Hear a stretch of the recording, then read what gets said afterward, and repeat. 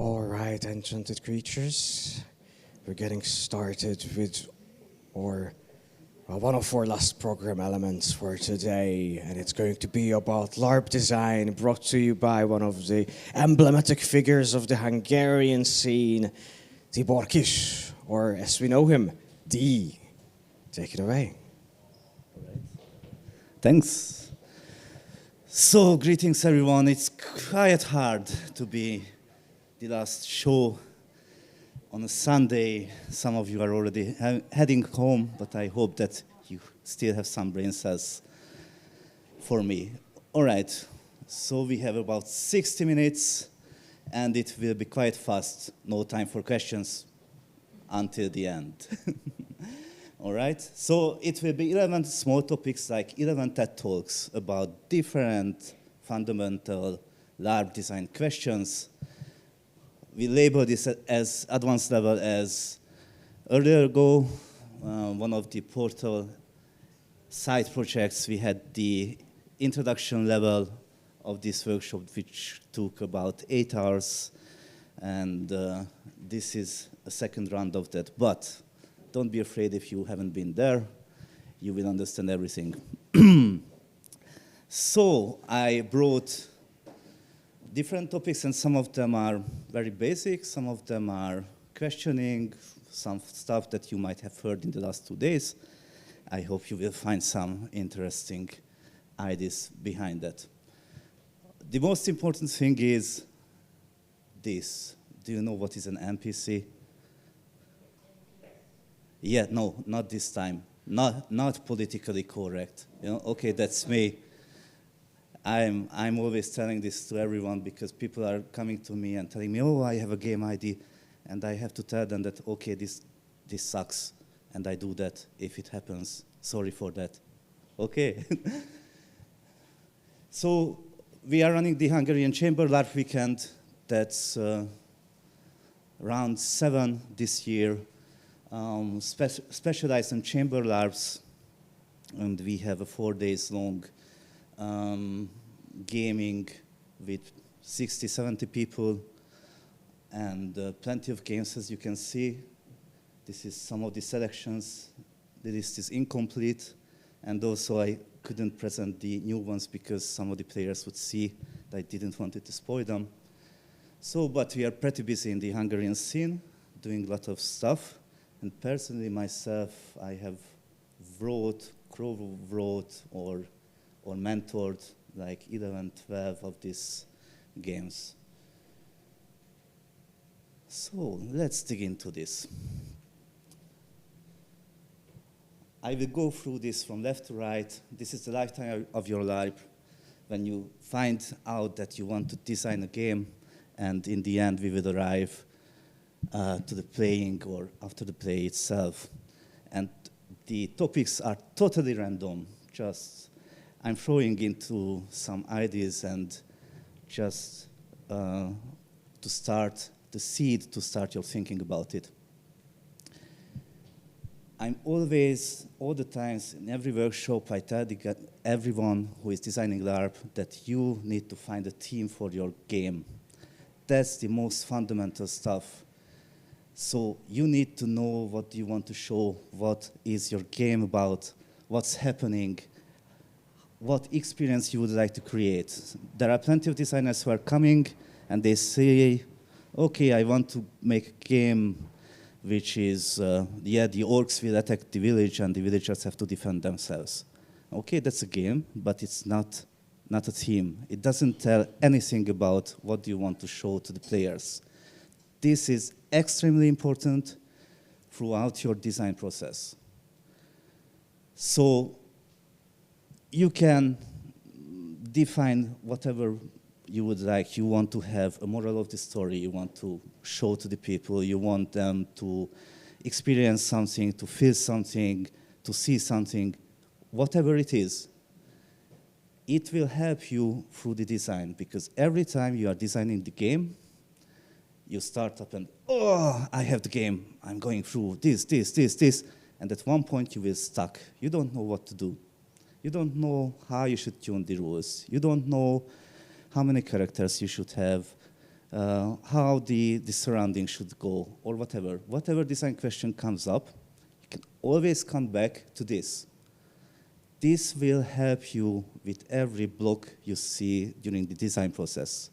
So define something that will help you, and you can always ask yourself, what I wanted to show, what my game is about. And I have some examples for you. So Babel on the left side, it's about communication.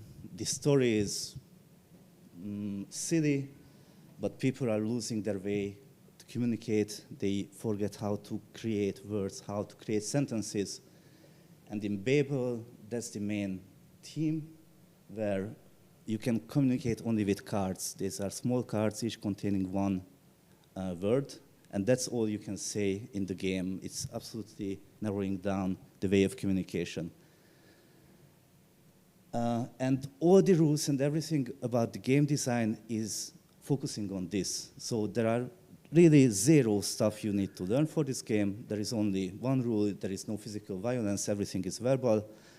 And you can only say the word that is on the card you are holding in your hand. Yeah, the 12 Angry Men is the well-known scenario from the book and theater play and so on. It's all about preconceptions. So through the design, all you need to remember that every question I want the players to raise should be about this. And of course, it's pretty easy actually to write in the end such a scenario.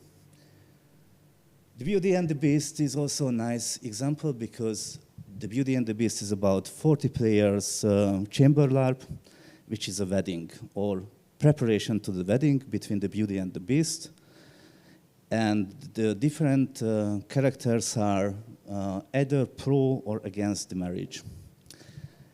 And there are 16 storylines in the game. The players can choose which they want to participate in, but each of the storylines are about a marriage issue.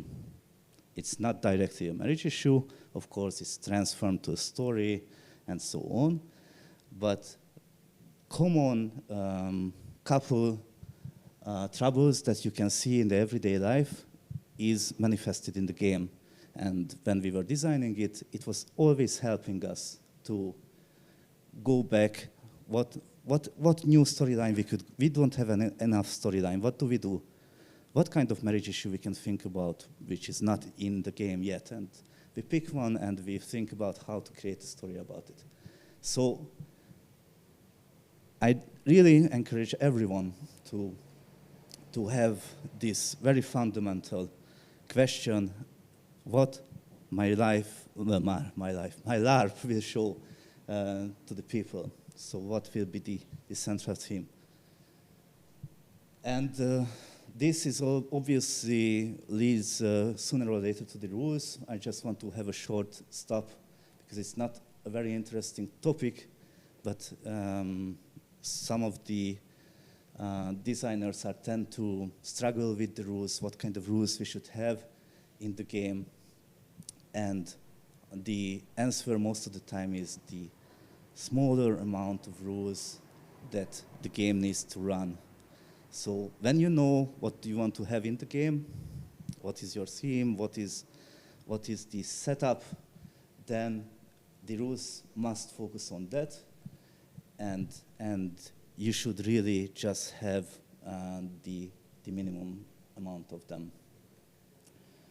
So once again, I already told you the Babel really tell nothing to the players. They have half-a-page handout which tells them that who they are in the story, what is their background and name, and all the instruction they get is that use the cards. When you have the card in your hand, you can say the word, and no violence whatsoever.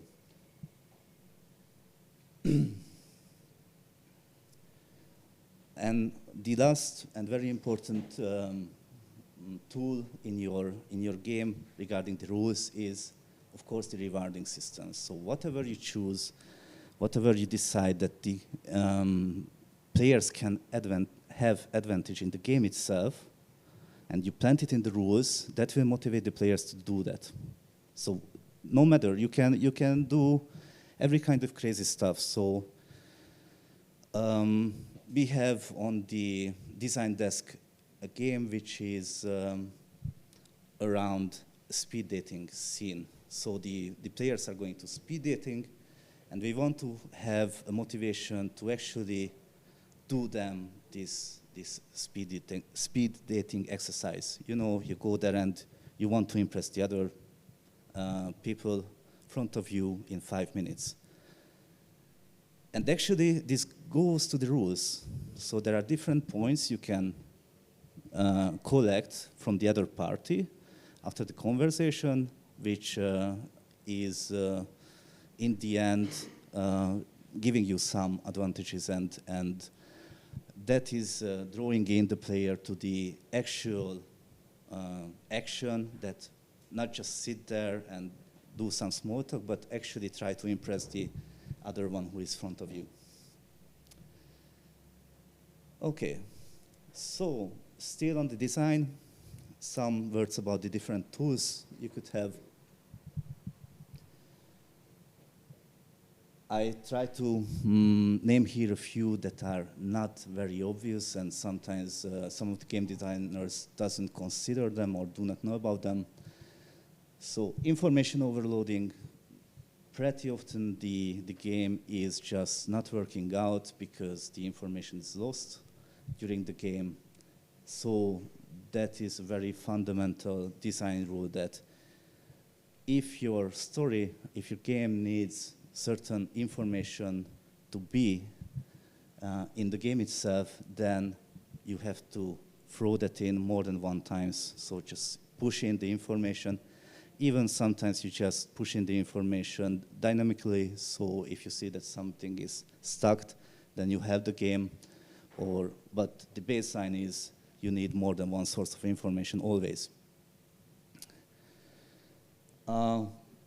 Historically, we have made many LARP games and many stories which are not directly motivating the players, but we try to set up the circumstances that will eventually lead the players to some conclusions and do some actions. I want to highlight that this is not good design most of the time. It doesn't work. So the players doesn't pick up, the players doesn't think the same as the game designer or the writer, and you often find that they just do not go into that direction you thought. So we say that if you are operating your game heavily on this, you should reconsider. Sometimes it's working, in some games it's fun, but if that's your number one tool, then probably you will face plenty of issues. Instead of that, we say go with direct motivation. There are different parts of the game when you can say exactly a player what needs to be done, what will happen, and still it will be fun. Some of the old school game designers are not happy about this because it's not real life if you tell the players at one point what they should do, but actually it creates much deeper events in the game. So, for example, if you have a dinner with the king and there are 40 participants, and you tell one player that you should go to the king, have a knife, and do an assassination. That's your stuff to do. That's what will happen now. Then one player knows what will happen, but the other 49 will not. And they will have a huge amount of enjoyment. Even the one who is knowing what will happen, you take away the burden to think about the strategy or what should I do? Shall I do this or not to do this or whatever? They can focus on the game itself, how to do it, not instead of what. You go to the place about how, and that is also quite some fun in many of the games. And we highly encourage, and we always tell designers to, you can do moderation, and you can do some setup, which is basically the players have no decision about what will happen in the end, but still, for the same reasons I just mentioned, it could be much fun.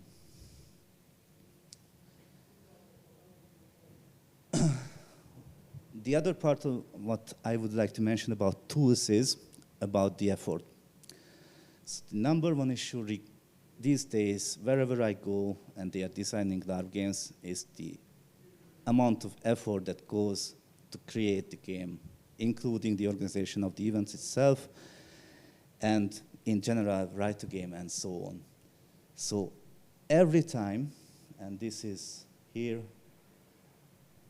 every time your efforts are much higher than the actual game time or the enjoyment you can bring or the number of players or whatever, whenever it comes disproportional, that will kill you sooner or later. I have seen many, many designers, that's a way to burn down.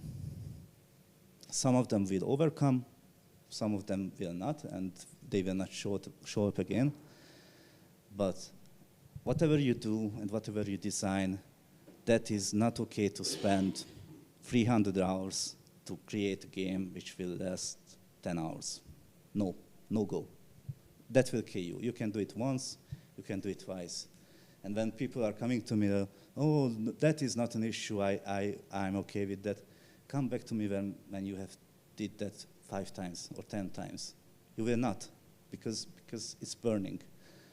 So always look for tools, and I cannot give you too much specification because we are generally talking about games, but always looking for tools and for other groups who are doing something similar, how they are working, which will ease your work and the amount of hours that is going into the LARP game design.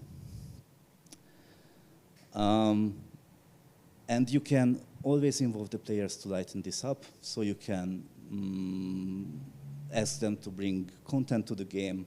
You can do different kind of reusable elements in the game, or even they can assemble their own story. This is the storyboard we are doing with the Beauty and the Beast, for example, which is working with that. So the Beauty and the Beast has a couple of playing cards here, which are actual roles in the story. And the structure is here. So we have different kind of storylines, and the player can decide which storyline he or she wants to participate. And in the storyline, what role to play. There are 169 cards in the Beauty and the Beast, 16 storylines. And players can choose 2, 3, 5, whatever storyline they would like to have, and pick up the cards, and the cards will tell them something about what they are doing on the game and what's their background. So here in the examples, it says that you are a rich merchant who has been robbed. That is one card. The other card says you are a wife who has cheating in a marriage. And you are the combination of these. So whatever you pick up, your story will be the combination of these cards, which is very much replayable. So imagine that you have 40 players in the scene, and you can play this game number of times. It will be very, very different because the combination of the roles and the storylines you are participating in and how they are evolving and so on, it will be different every time. So we are spending about 1 or 2 hours creating one storyline and the role descriptions, which is a proportional effort comparing to how many players are participating in the game and the number of playing hours this is providing. And also this idea is very captivating to me because the players are choosing what they like in the game, what storylines they want to have. Because that is often your primary issue, that you have some vague instruction about what fractions or groups or tribes or whatever you choose, or the players can choose, and they choose, and you create them stories, and you feed them with the stories, but eventually they do not like it. They do something, but they are not happy, and that's always a trouble. With this, they select it from themselves. And that is boosting their engagement to the game. And also, the storyboard rule says that you can even drop a role. So if you say that storyline 3 is not really developing and I'm bored and I do not like this role, you can place it back to the desk and say that, okay, I'm not interested in this anymore. Someone else could pick that up and move forward the story. Okay, so few words about characters. Let me see the slide because I forgot what was it. No, I didn't. Regarding the characters in the story, many games are telling the players that, okay, here is something you need to play. And what I have seen in many cases is that it's ultimately complex. I have seen games where the outset was 5 pages, 10 pages, whatever, extremely long, a lot of background information from when your character has been born, where, the parents and siblings and education and whatever, the whole story, which is okay, but the players will eventually not be able to use it. They don't know what's the important information in there. They will not be able to integrate that into the game. The rich background information of the character is not very much interesting for the game itself, the action. Sometimes it gives a little bit to that, but most of the content will come from the player. So when the player is filling up the character and it's a living creature, then it's the player's character and not the character you are writing. That's always worth to remember. So instead of that, we are using plenty of simple character descriptions and stereotypes. Stereotypes are helping a lot because you know how they are working, you know, you can play it easily. The easiest thing to play is the stereotypes. We have this game called Boxes. It's the players or the characters are actually in a warehouse and there are a couple of boxes and they open them one by one. Such a fascinating story, isn't it? No. Who writes such stuff? And this is the actual character description they get in the outlet. So, 6 words. For every single character, they get very similar one. And that's all they need to know. This is a 4-hour-long game. It works perfectly. Everyone who gets the character can easily integrate to the play, and they are really happy and satisfied playing these roles.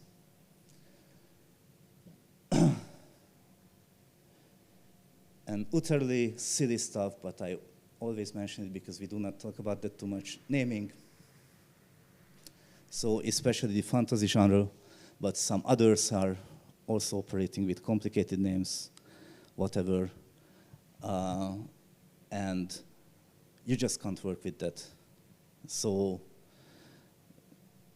this is just a small remark that if you are making some fantasy generator names into your game or whatever, and it's complicated, the players will not be able to use it. So use simple names and speaking names, which are telling something about the actual character. Also, something I have learned recently, for long years we were doing designs where some of the characters were either male or females, and they had a slash that you are either this or that, and every instruction was filled with slashes that you talk with either this or that, which makes it very complicated. So we just started to use unisex names, which makes it apparently very easy to give instructions and just forget about the different stuff. All right, immersion. I know that you have heard all about immersion on the weekend. I'm sorry that I have to raise this as well. Yeah, immersion is, I'm quite sure that you have heard that you should make your game emotionally engaging and the players are really into your game and this is a life-changing experience then, and so on. Which is cool. But I call bullshit on that. Ugh. Okay, nobody is storming the doors yet. It's bad. Bad for your design and bad for the game for many reasons. Immersion is a nice value. It's an added value that might come or might happen in the game. And sometimes it doesn't. And let me tell you what's my problem. There are multiple problems with this. I stopped creating game designs which is aiming for immersion because I do not want to touch the players emotionally. I want to touch them cognitively. There is good reasons behind that. Let's imagine you create a new game. The theme is war. War is bad. That's your message. You want to say war is bad. You create the scenario, give it to the players, and it's happening. And end of the game, you ask them, how was it? Did you feel the suffering? And the players say, oh, yeah, it was okay. No, I didn't feel the suffering. And you as a designer said that, okay, I want to have more immersion. I want to have more suffering in the game. That's cool. You open the design book, boost. There are tools. You can make you miserable, all your players. And they will remember it. Oh, that was really bad. And they will take it away. Okay, war is bad because I was suffering. But this is not something I want to tell. Humans are cognitive creatures. I want them to learn cognitively that war is bad. I do not want them to remember emotionally. I want them to know. When in the life, sad events are happening and you are facing decision that if I should go to war or not, it must be a cognitive decision, not an emotional one. Okay, we are humans, not animals. Humanity is much more than emotions. The cognitive decisions are making us human. So, no. If you want to just to have emotional imprint in someone, it's quite easy. Most of the people, when they are hearing the drill of the dentist drill, you know, they are scared to death. You feel it in your stomach. When you hear the noise, you feel it in your stomach. That is an emotional imprint.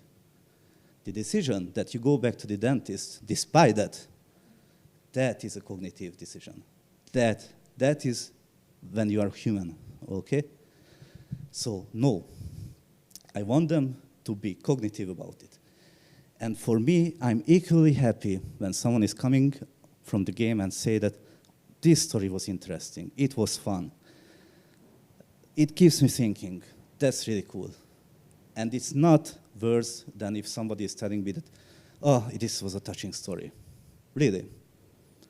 I'm always looking for the cognitive stuff.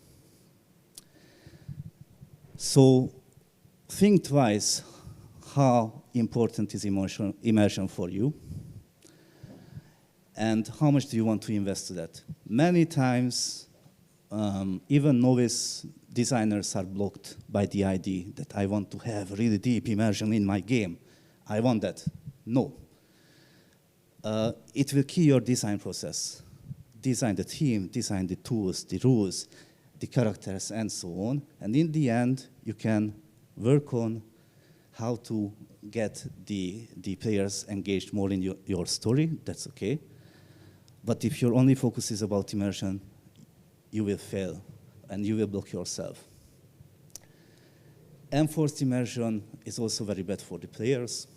I always have to repeat this, that some of the designers who really are into having some immersion are doing some really bad stuff, so involving the real-life fear of the players themselves, exhaust them, ask them about their real-life weaknesses or backgrounds and use it in the game, which is, I believe, it's very bad. Telling the players what they should have experienced, so tell them that, oh, the other 2 runs of the game, everyone was crying in the end, you should cry also, because that's how the game runs. It's really immersive, absolutely killing the game. And as I mentioned, the pure emotional or animalistic act that you force the players to do. So you can, if you're good, you can do it.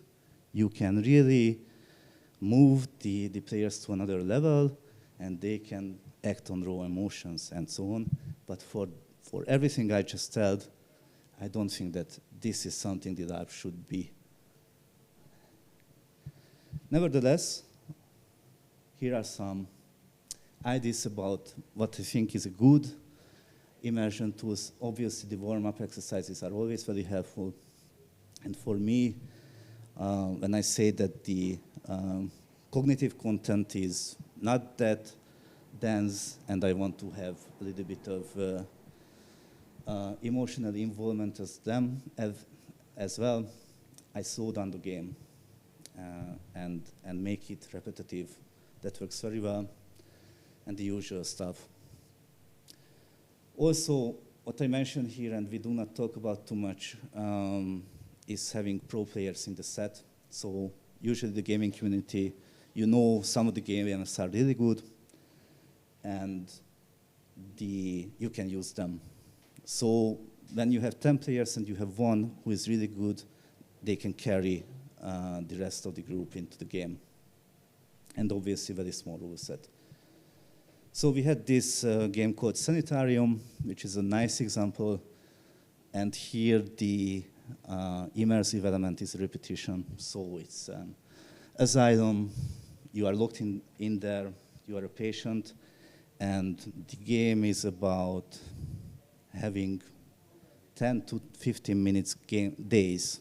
So every day in the asylum is about 10 to 15 minutes.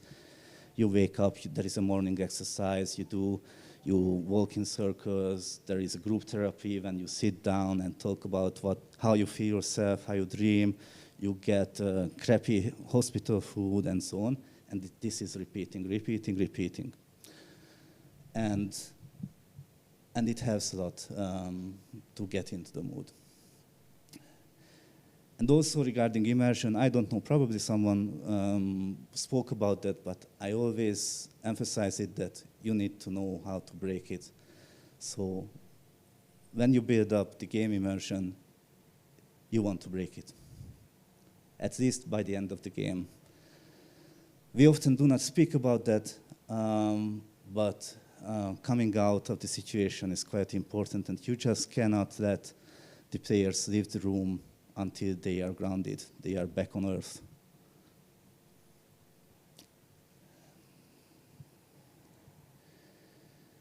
Okay, so prepare players. I just checked our time because I'm really anxious that we will run out, but probably not. Oh, we are very good. Okay.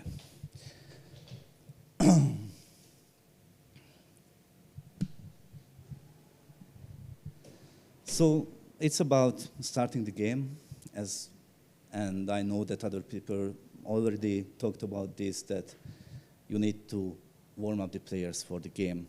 So it's absolutely mandatory to have different kind of workshops, warm-ups, especially to move out from the everyday comfort zone. So let them play, let them exercise.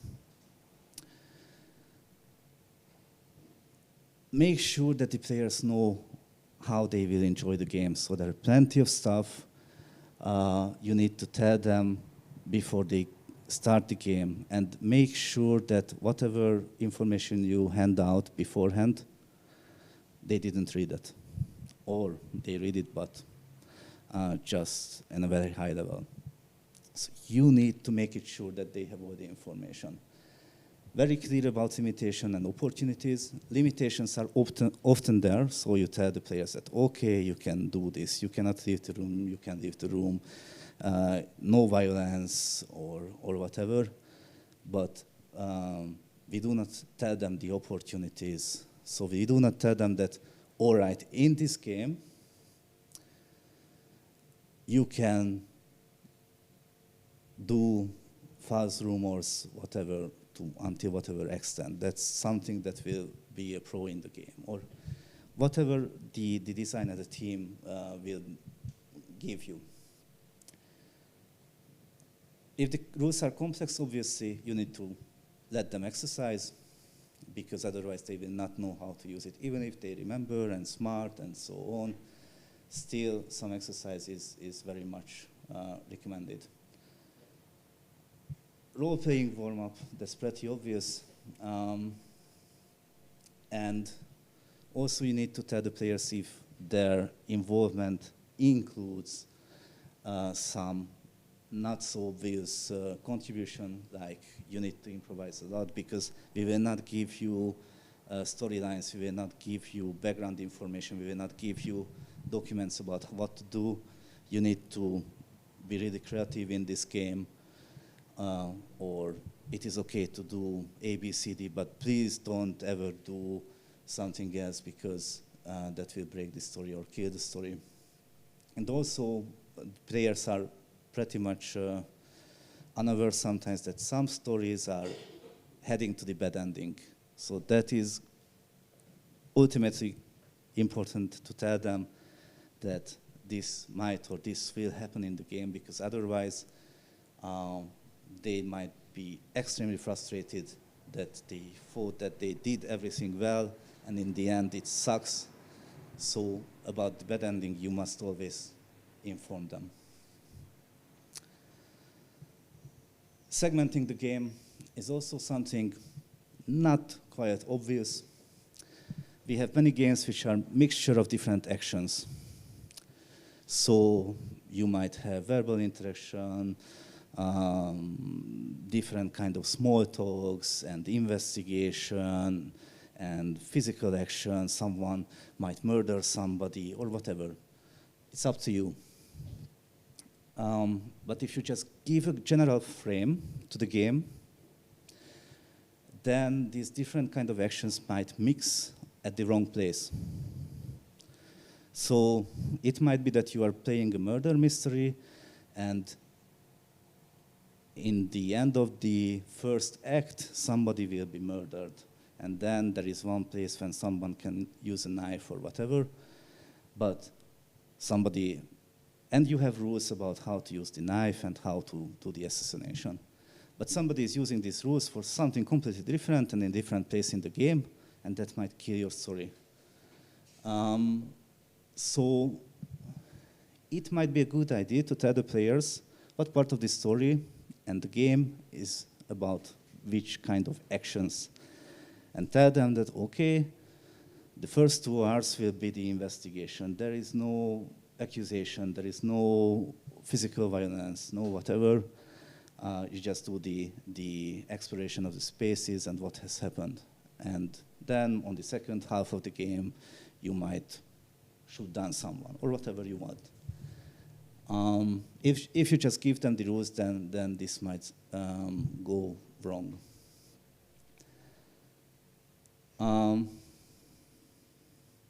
So it's about also the rules, about telling the players when to use it and when to avoid some of the things that even the rules allow, but not at the wrong place in the game.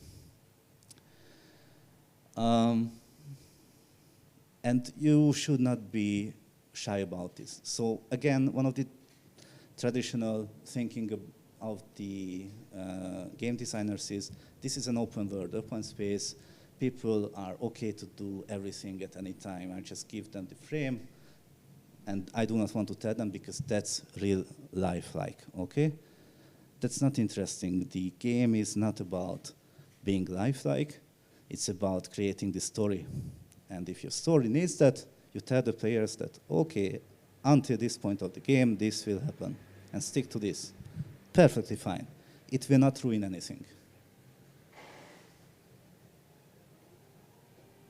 Spotlighting. So, the similar thinking about lifelike happens that different events in the game might take place, like a non-player character walks in and do something, tell something, act something, and the players will not notice that. And spotlighting is telling the players where to look. It could be some event of the story, it could be an act of an NPC, it could be an event of a PC. Whatever happens, you can use different kind of stuff to tell the players that this is more important than everything else you do at that moment. So for example, at the Beauty and the Beast themselves are sitting mostly at the edge of the dance court. And sometimes there is dance, and sometimes it's quiet. And we have a designated area marked on the floor. And we tell the players that if you want to do certain actions, you should go there to have everyone's attention. So, for example, someone disgraced you and you want to have a duel. Then you go into that square, and then you pronounce that, okay, my honor has been disgraced, and now I want this man to have a sword fight with me. And that is how we make it sure that the action doesn't go unnoticed.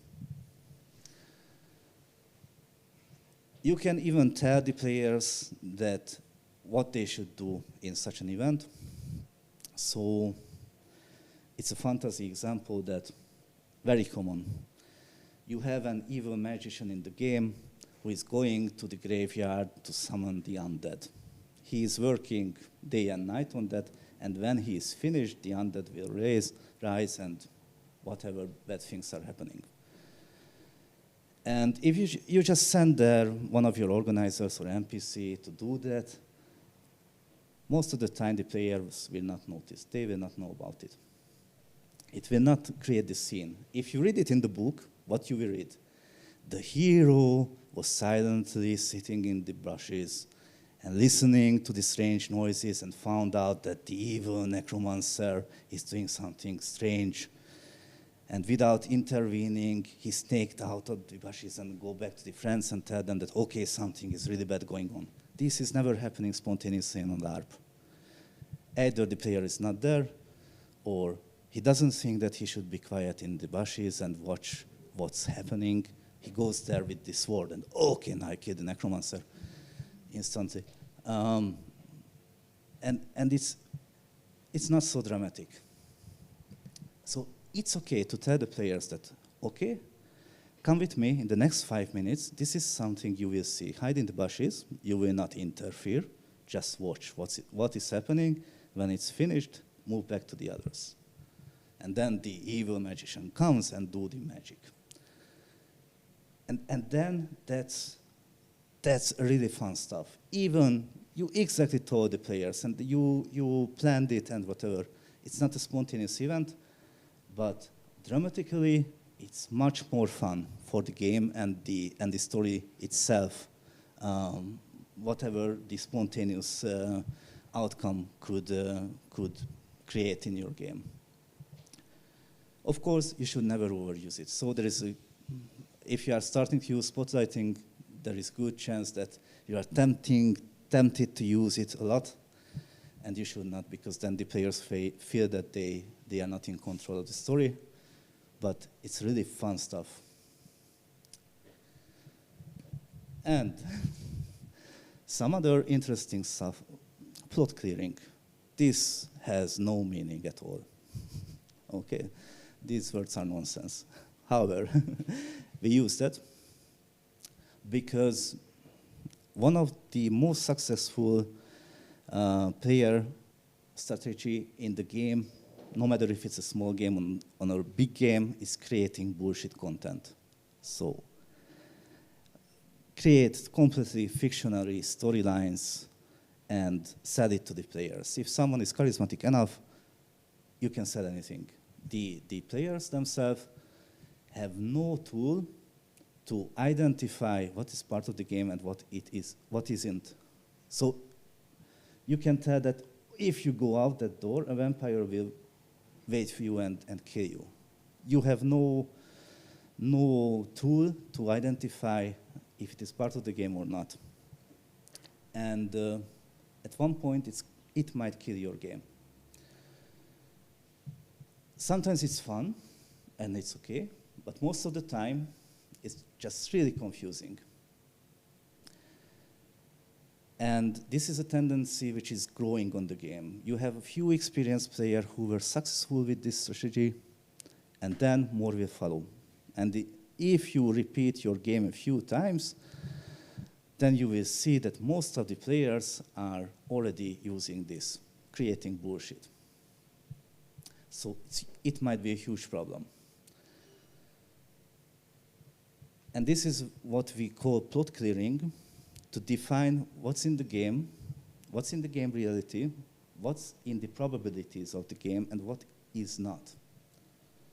So you can always tell the players that this is included and that is not included. And it never will be included, no matter how much information or rumors or gossips you are hearing about, that it's not part of the game.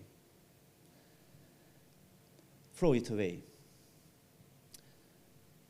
You can predefine that, but sometimes you want to have more dynamical options, so you can have some open records. So, for example, one idea is to just have a board like the stickers on the wall and place them, the different characters and creatures and monsters and whatever you have in the game, place them on the wall, and everyone can go there and check, could it be that there is a dragon on the top of the hill? Is it really part of the story, or someone just made it up? If it is on the board, then it's okay. And the other tool which we tried recently and it worked very well, there are a few designated non-player characters who are known for the players, and we tell the players that they will tell you the truth about whatever you ask from them. So they can go there and challenge everything they have heard. And obviously these truth-telling NPCs are filtering. So they decide that if they say yes, no, or they can say that, okay, this is something not sure, and they want the players to play around with the idea, what they have found out. But eventually, they are successfully reducing the amount of bullshit in the game. And it's very, very helpful to stay the story focused, especially in a larger scale game. I would say it's almost mandatory.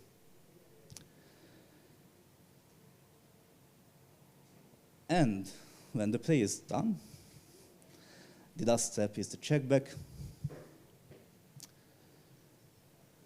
And this is something I want to talk about because that's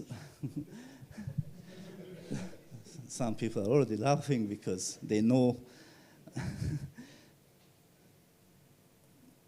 you think that you are a good organizer and you have some business ideas about that. You want to know how the game was, if it is good or bad, and you send out the Google Forms and ask the players to rate the setup, the costumes, or whatever, the NPCs, and give you some kind of feedback.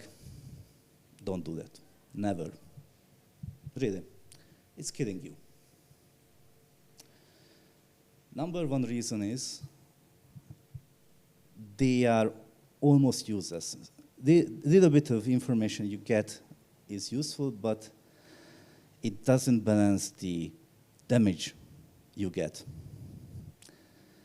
Most of the cases, you are a LARP organizer and you spend your days and nights and your money and countless efforts to create the game. And you have 100 participants, and you send out the form and you get something back which is probably not very negative, or sometimes it's negative, but not as good as you have imagined. That is killing you.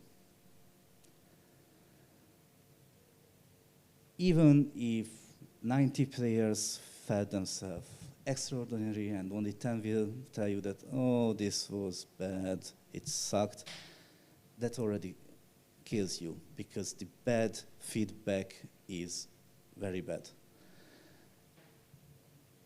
We are not a marketing company who is trying to sell millions of products, so don't use this.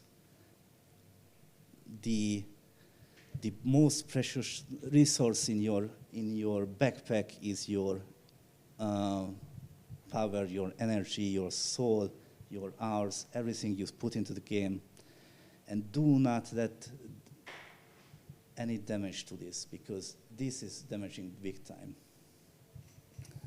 We did this for many years, and we got the most ridiculous feedbacks from the players, and it felt bad. And it has questioned that, do I want to have it next year again or not? So just imagine that we got the feedback that last year someone wrote that it was raining a lot. We are an indoor event.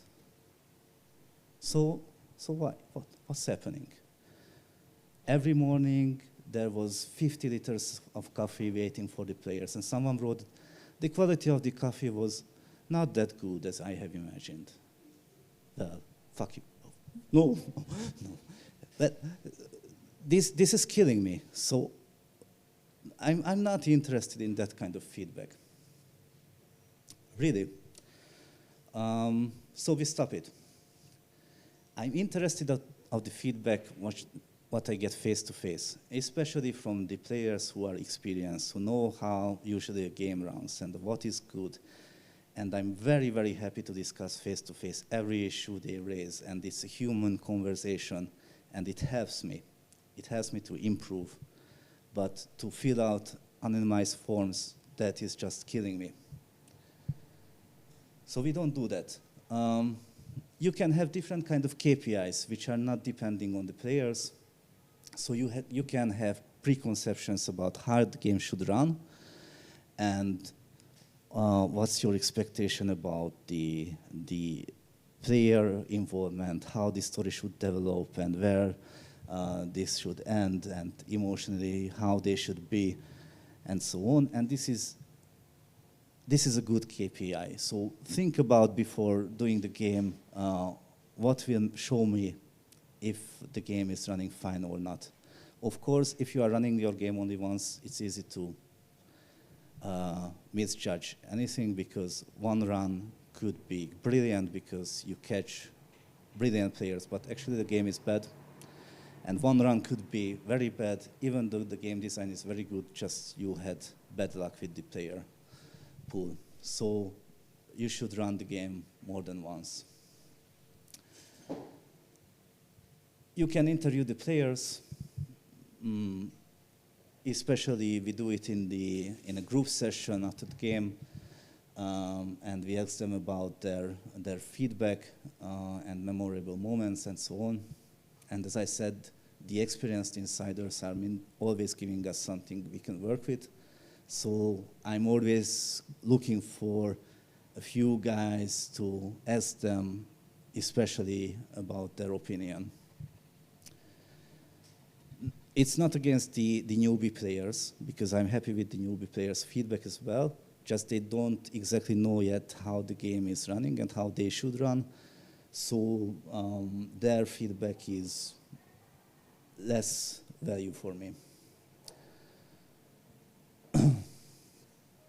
So on the feedback round, we usually do some positive tuning about how the game ran, and of course we always encourage the players in their game, so we give plenty of positive feedback and so on the check background. Okay, time is running fast, so that was the 11 short TED Talk. As I said, the topics were quite random, and some of them were challenging, some of the things that you might have heard in the last days or earlier. Obviously, the time is not enough to dig into the different topics, so I just wanted to plant a few seeds, and if you just grab one topic that, okay, next time I'm designing LARP, I will think about it, and I will think it through. What I have heard, then I'm already happy. So that was the goal of this session.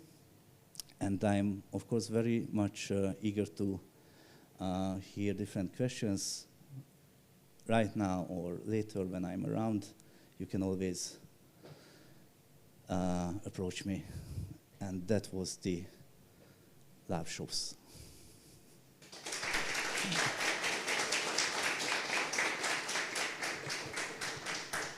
So, if there are any questions, I believe we have a mic here. Yes. Or if just loud enough, or then the online users will not hear you.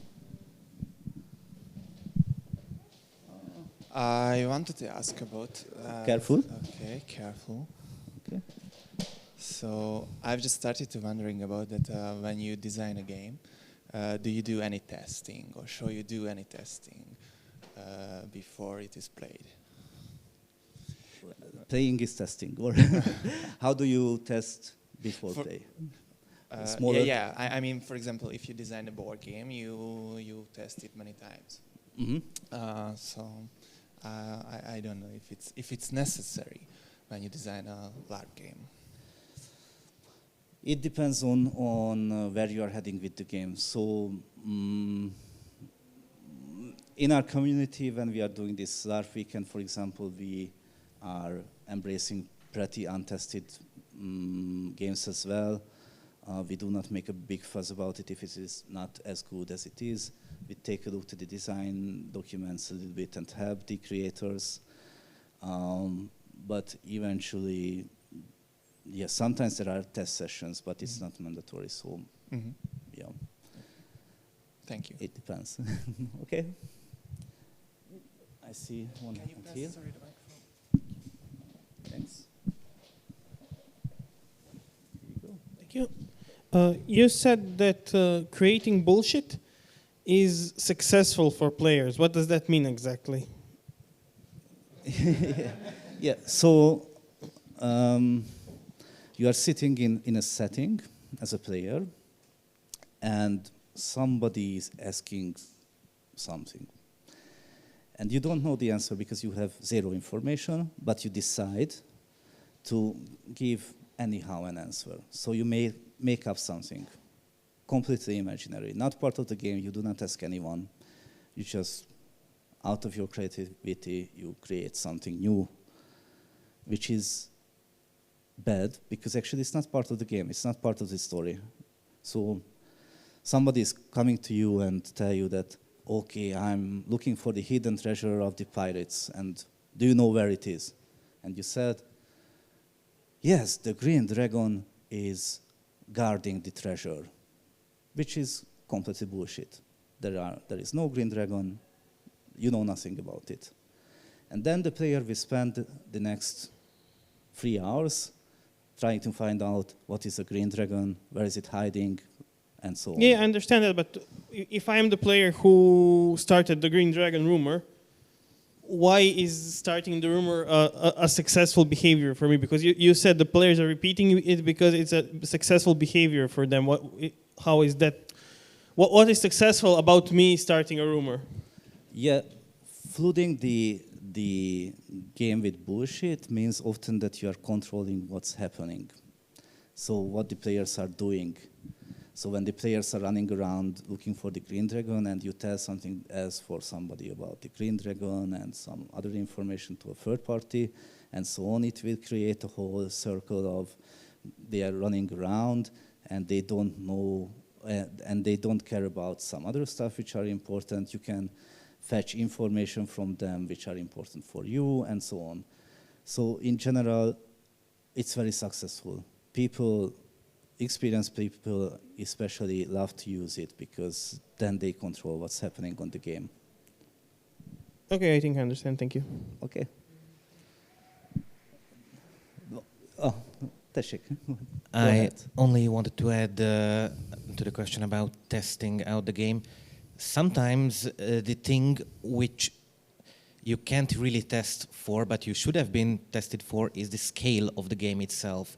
There are things like you are doing a, let's say, a completely fictional game for 1,000 players. Some things will only arise if you have those 1,000 players, and if you test it with 1,000 players, you are basically doing the game itself. Yep. Okay. Thank you. There. Careful. I just wonder, is there a healthy amount of bullshit in a game? And if there is, how much? Yes, it is. Yeah, so absolutely, sometimes it helps the game because the content of the game is often having many holes or space to improvisation and creativity, and sometimes it's fun. But I would say 10% of the bullshit is useful and 90% is usually useless, and it's bad for the game. So that's my estimation. All right, any other questions, probably? Oh, we ran out of questions. Indeed. All right, thank you for your attention once more, and have a wonderful afternoon.